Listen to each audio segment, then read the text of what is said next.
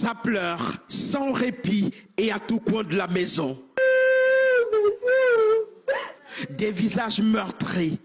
Ici, dans ce domicile au quartier Koldom, à Nanga et Boko, la douleur est immense. Ces occupants, 6 au total, ont été retrouvés hier aux environs de 17 h, tous égorgés. Vanessa Yubi Kamga, 30 ans, assassinée dans la salle de séjour. Ses 3 enfants, Blessing Mo tué, Arnold Tala et Ange Kamdom, tués dans les toilettes. Sa petite sœur Samira Chegem, retrouvée sans vie dans cette chambre. Et sa cousine Dorcas Wafo, au couloir. Les corps découverts dans un état insupportable, gisant dans du sang.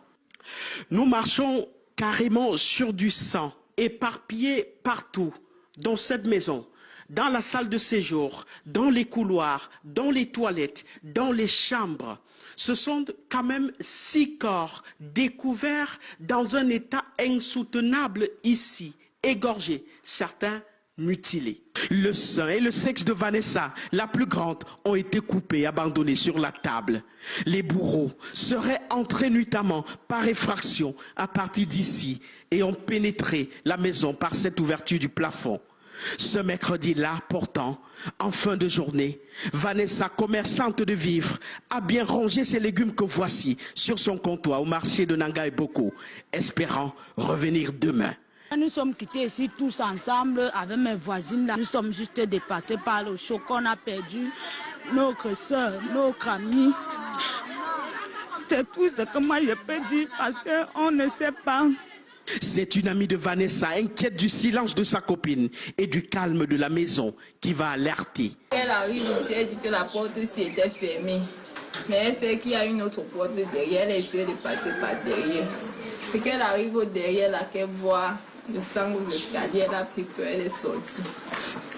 Alors, on a appelé maintenant notre voisin avec qui ils sont venus. Lui aussi étant un homme, il a eu le courage. Il monte les escaliers, il voit tellement de sang. Apparemment, ils disent qu'ils ont un voisin ici qui est dans la police. On l'a appelé.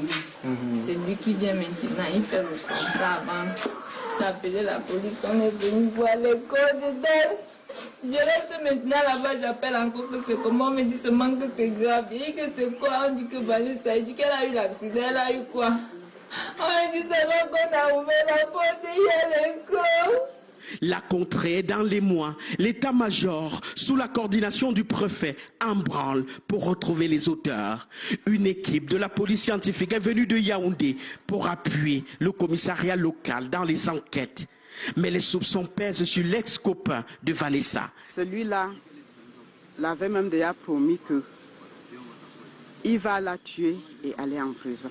Une procédure judiciaire est en cours contre celui-ci pour une affaire de partage de biens constituée au cours de leurs 5 années environ de vie commune.